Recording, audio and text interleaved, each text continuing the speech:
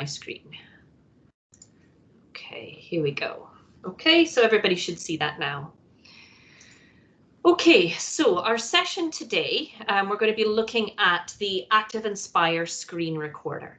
Now, it'd be interesting to know how many people on the call have actually come across the screen recorder before. So if you have, it'd be great if you could put your little hand up there. And maybe, Jonathan, you can have a look and tell me, do we see quite a few hands up or only a couple hands up so far?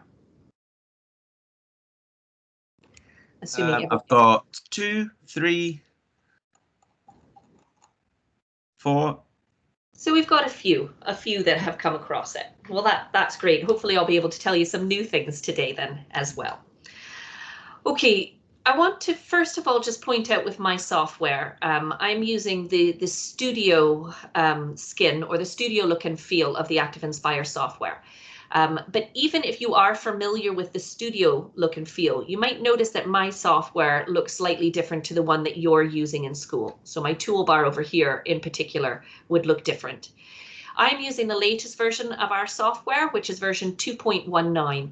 Now, I know that not everybody in school is able to always be on the latest version of things, because most of the time you rely on having an IT person to do the updates for you, and the updates aren't always done immediately. I just want to reassure you that everything that I'm talking about tonight and that I'm showing today, you can do in the version of the software that you have, okay? The screen recorder tool has been in the ActivInspire software right from the beginning, so you can still make use of it. There are some slight differences between this version, 2.19, and the earlier versions of the software, and I'll highlight what those are as we go on as well, okay? So the screen recorder in the software can easily be used to capture the actions that you're making on a flip chart, on a desktop flip chart, on the desktop itself, or even in another application like PowerPoint or Excel or a Word document. To access the screen recorder in the studio skin, so in the skin that we're currently in, you would go to the hammer and spanner on your main toolbar. And if you go down to more tools, you'll see you have your screen recorder option there. And when I come here, I have two options for screen recorder, a full screen and an area recorder. If you're in the primary software, then again, on your main toolbar, you'll find the hammer and spanner there. And when you click that, it'll open up your tools down at the bottom of the screen. And you'll have the two options there. So you'll see your little camera options. And when you hover over top of them, when you're on your computer, it'll come up with a tooltip at the bottom there to show you this one is the full screen and this one here is the area screen recorder. Okay, so that's just on your main toolbar. You can also access your screen recorder though from desktop tools. So you can see here, I've got the primary view of the desktop tools with the screen recorder selected, and then we also have the studio view. So to get to your desktop tools, in case you've never used them, again, they're on your main toolbar and always towards the top. Okay, so if you hover over top of it, you can see it says desktop tools. It's the same in primary. We've got the little one there right here, okay, on your top of your toolbar there, and that's your desktop tools. So when I go to desktop tools, it then has my little wheel that opens in the center of the page, and you can see there that I've got some tools, ActivInspire tools that I can use on the desktop.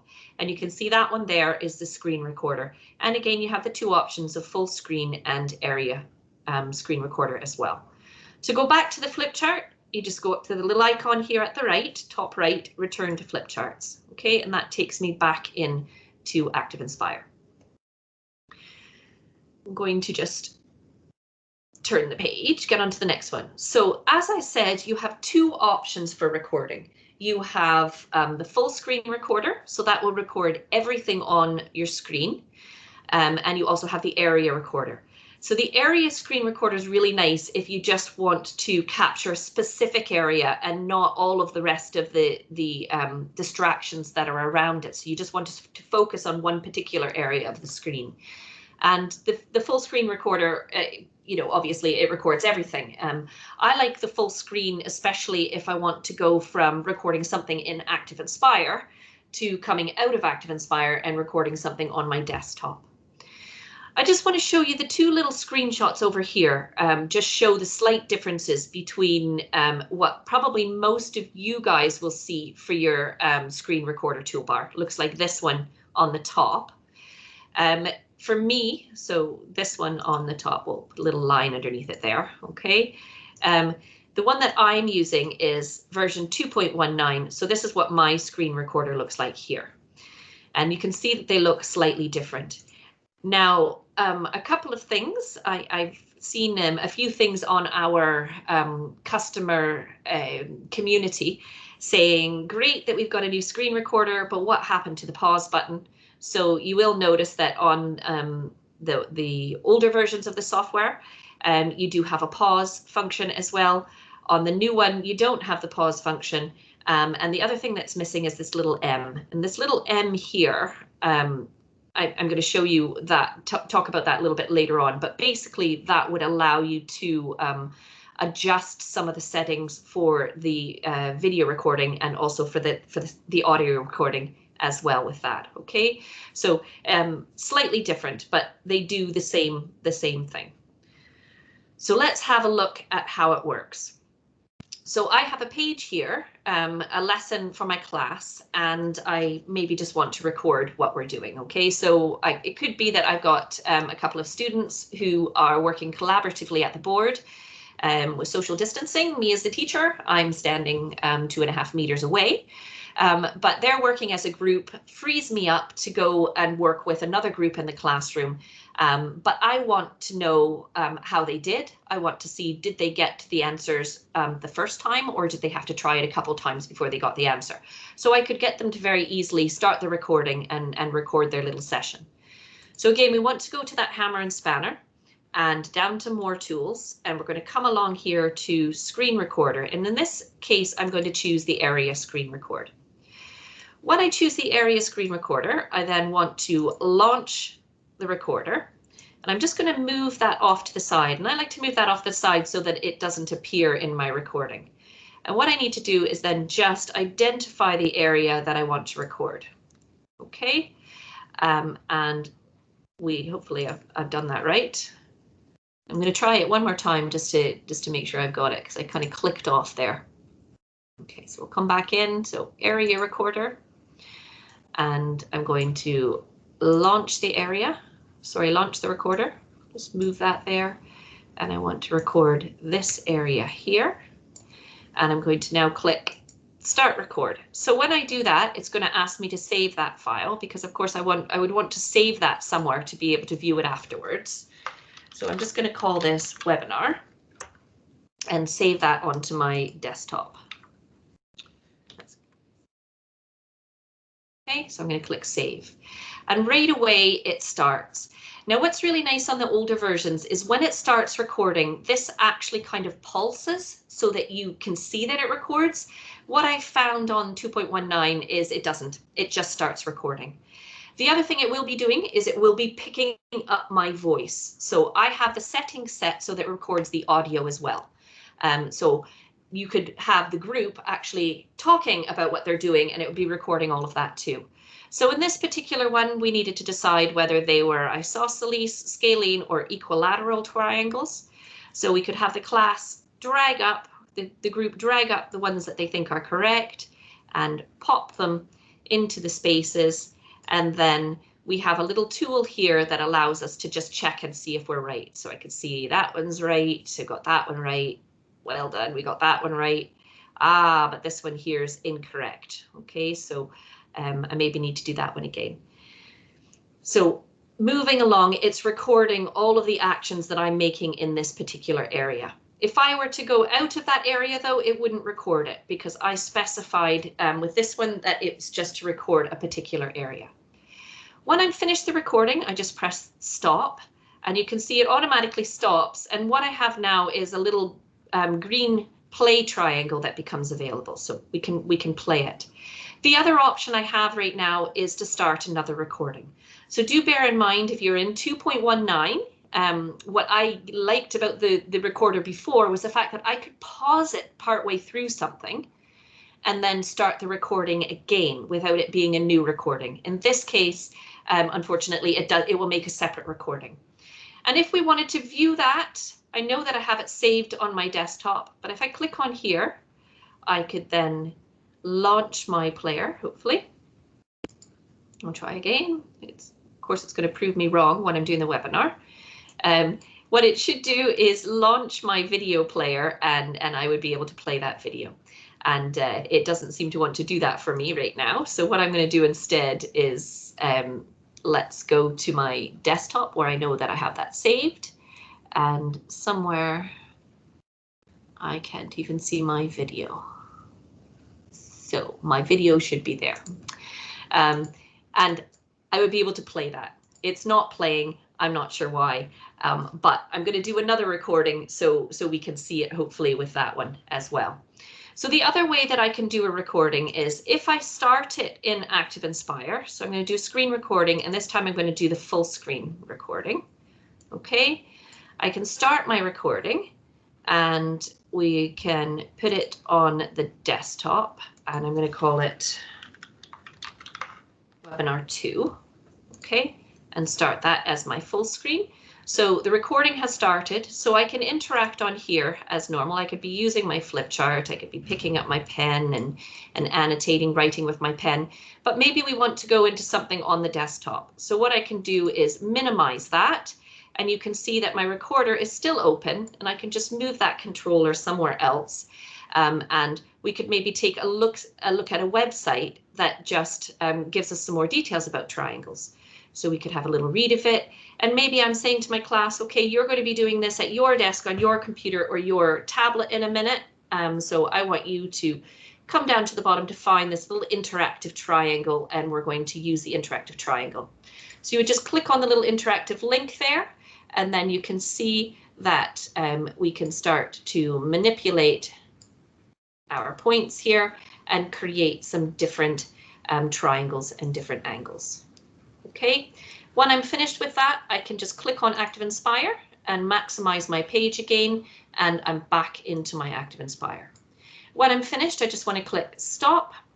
So again, it's finished that for me, and fingers crossed if we press our little green one there, here you can see it's now going to play that recording. Okay, I don't know if you can hear the audio.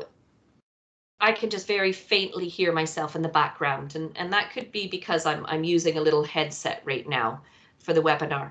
But you can see there I've moved from the flip chart into a web page, and then once I'm finished up with the web page, I can move back into my flip chart again. So with the screen recorder, or the full screen recorder, it's recorded that whole area for me. Okay, so I'm just going to stop that for now. Oh, not stopping it with that one. I'm going to stop it up here. If I can find out where I'm playing, here we go. Stop that, there we go, and come back into it, and I can close down my recorder. Okay, just before I move on, Jonathan, are there any questions or comments that have come through in the chat so far? No questions or comments. Ian had his hand up, but I think that was just from the beginning when you were asking if they'd already used the screen recorder, but there hasn't been any questions or comments. Okay, no bother.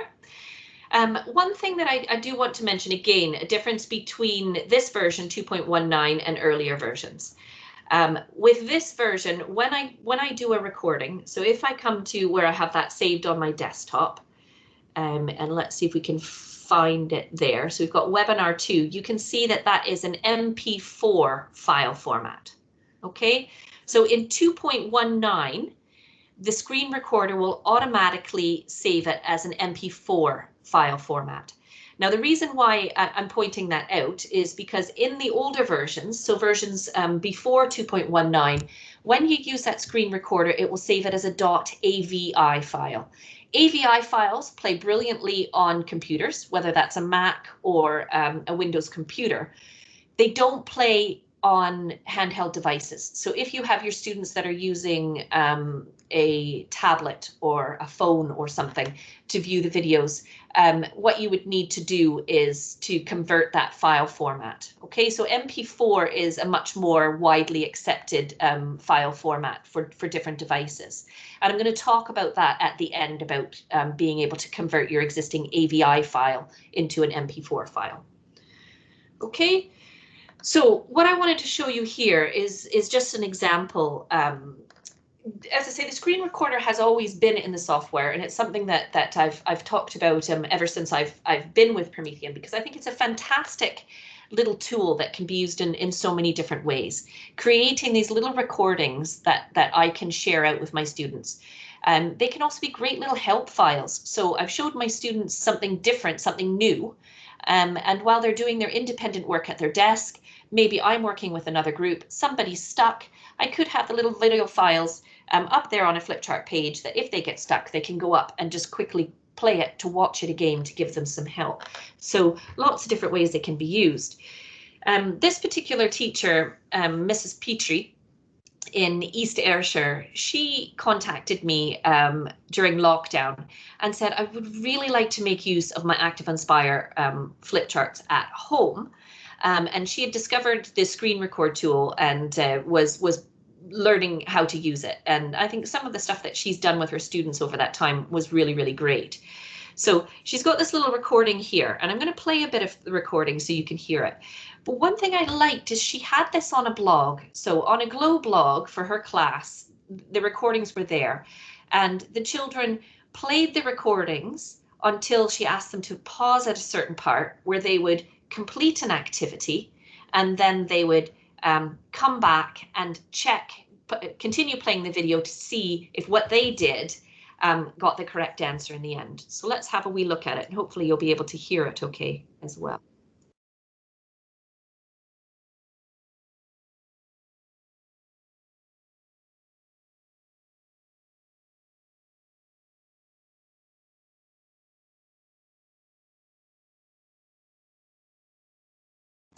Janice, I'm not sure if anyone else is the same. I can't hear anything. Oh, can you not hear that? No, I'm wondering if it's because when you shared your screen, Oh, you just have to click that little box, that's don't you? true. And do you know what? I did it when I was practicing it, and I didn't do it now that Perfect. we started. So I'll try that again. Thank you for letting me know that. So I've missed out all of the punctuation. What I would like you to do in a minute is you're going to pause this clip and you are going to write down this sentence and add in the correct punctuation. When you're ready to see the answer, press play again and I'll show you the answer. So pause now. So our students would now pause at this point, and right, let's have they a would look be at the doing their answer. At the beginning of a sentence, we always need a capital, so there's a capital. Didn't is a contraction. It's made from the words did and not, and this apostrophe shows the missing. Okay, so just an example there of the way one teacher was using that, and I think it's a great little example. And as I said, what she did was had a class blog on Glow, and you can see here where she's got the little videos and then the instructions underneath. And she used it for lots of different things as well. So, you know, we've got a digital literacy week challenge, creating sentences, connectives, division. And the great thing about it is that, you know, you can do little short video clips, so little short snippets, which with distance learning, it's that variety of activities to keep the learner's attention when they're not having the class there with the teacher standing right in front of them.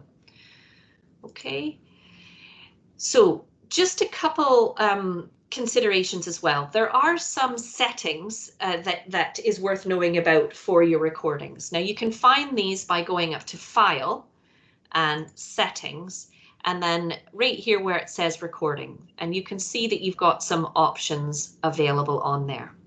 So in the flip chart, and again, I'm going to share this flip chart with you afterwards, as well as the recording.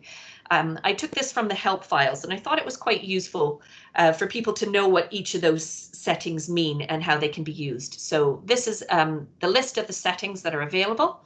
And then this is just describes exactly what the default is and the options that you have for changing. So for example, it's saying record audio. If I'm doing something that I don't actually want the audio recorded, then I have the option to select do not record the sound.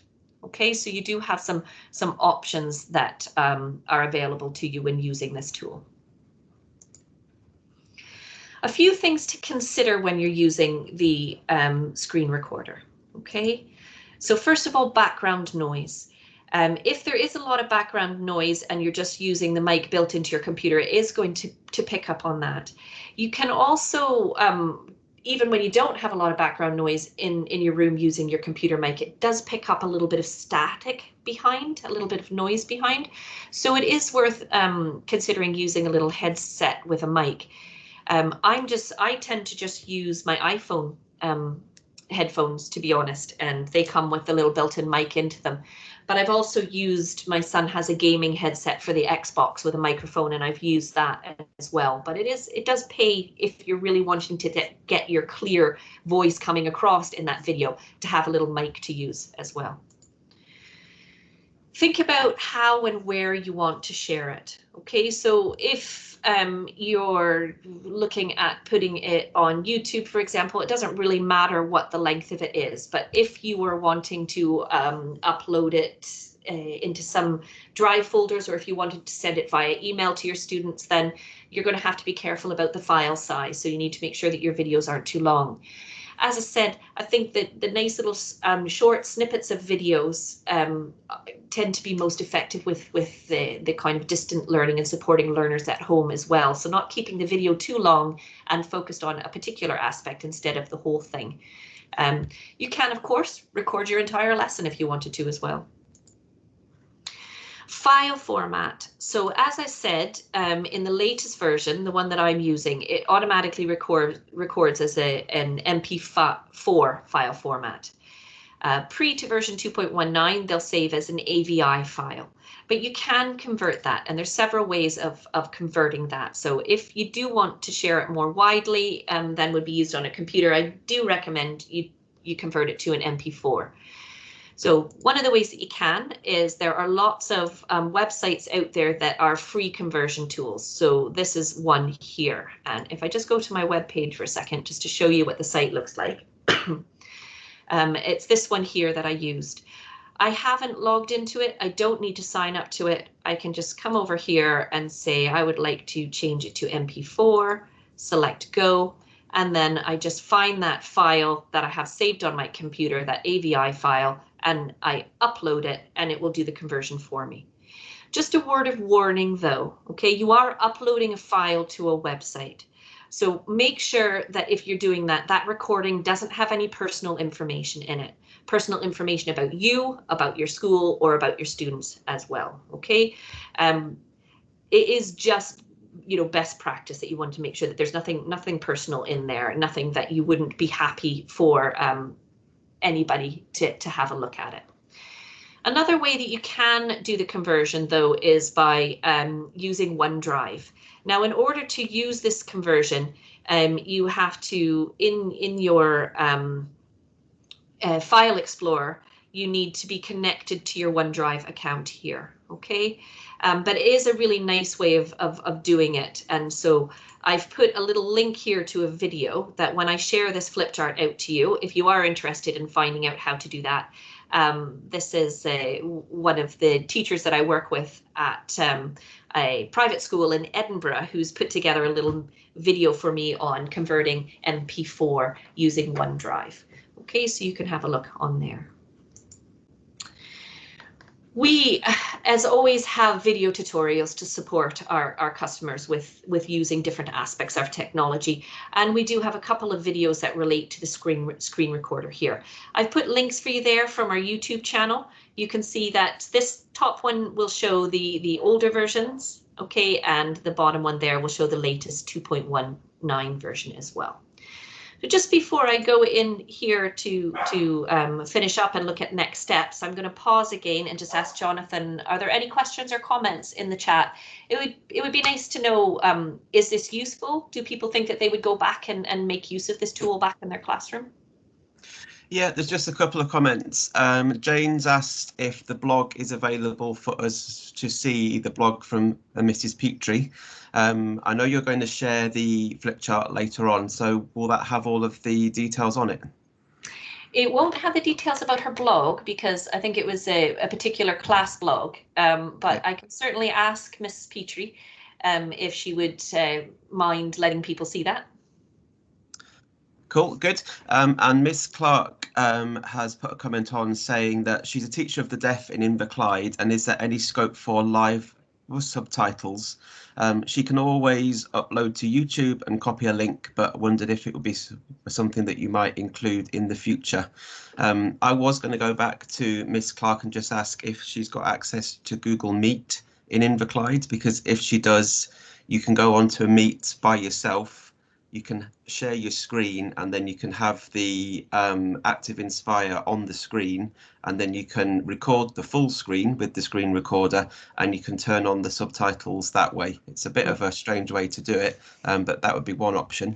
But it would work, or as you say, to put it in YouTube, and you'd be able to get the closed caption up in YouTube as well. You can't do that in ActivInspire, but I definitely see how that would be very beneficial. And was playing around with Google Meet today, and absolutely love the closed caption that you have there, that they included in that as well. I use another tool that you can get a free version of it, and it's called Screencast-O-Matic, and it's just a website. I'll see if Jonathan, maybe you can do a search, or actually let me do a search and see if I can find it. And this is one that I've used before that will allow you to put subtitles on a video. So you would just record your video as normal in ActivInspire, and then go to Screencast-O-Matic, upload the video, or you can use this one to record as well, and get some subtitles. But what I can do, even though that's not a feature of ActivInspire right now, is I can certainly put that back to the company to say that that would be an interesting feature to include in it, and see if we could add that as an enhancement request.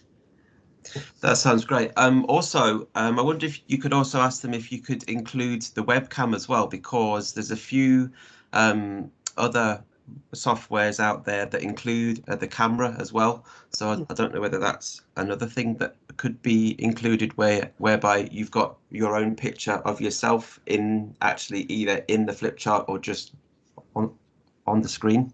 Yeah, sure. I can certainly put that down as an enhancement request. And I think that we're seeing that more and more. And in fact, I've been on several calls today talking about that, because we've been asked that question quite a lot. How do we do that, especially with using the panel? So you might have some kids in your classroom learning, but maybe you have a couple kids who aren't able to come into school right now, who are learning at home.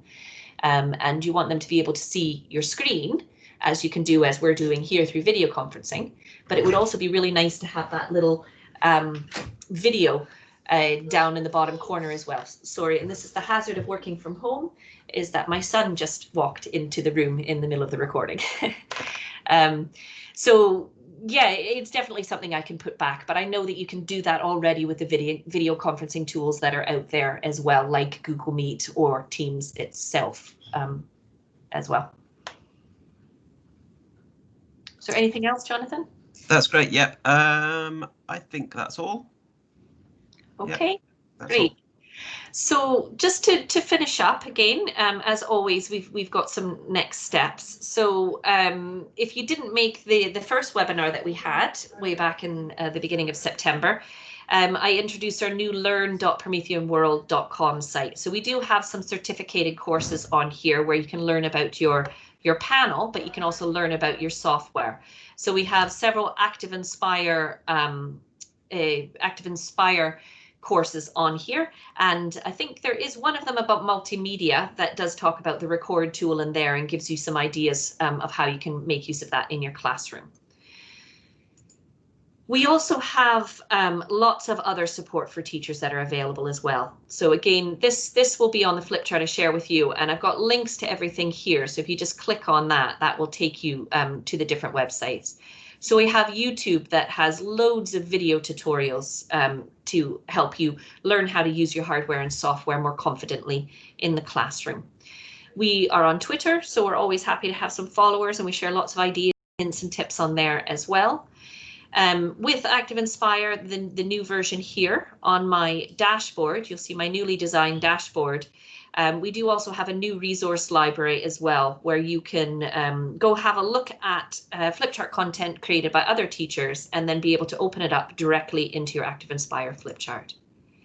We have a little bit about blended learning here. So we've got a Promethean in the blended learning classroom down on Sway.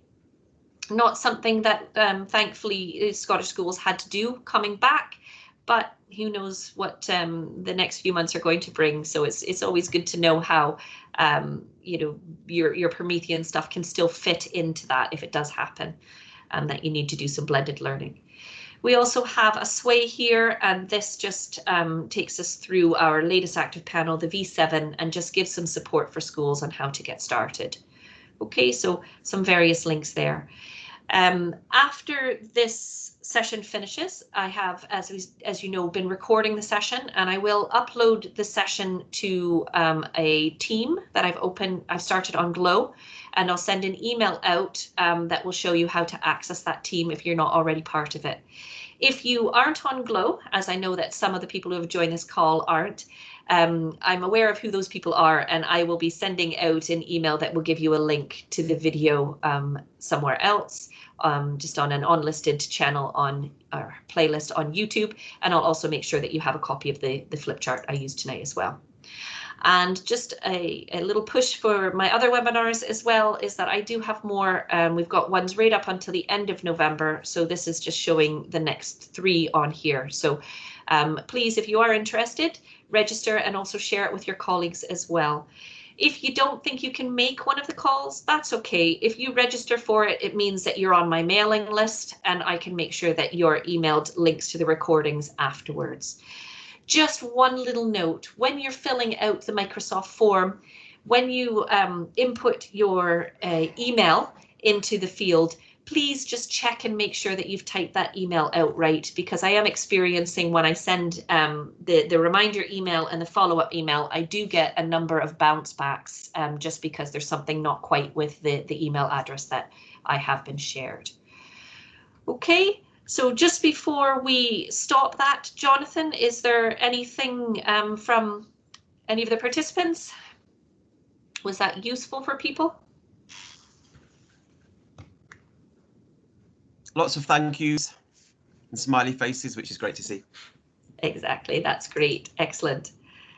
Okay, well, thank you. If that's it, if there's no questions, thank you everybody for joining me, and hopefully I will see you on the call next week where we do our next topic. Thank you.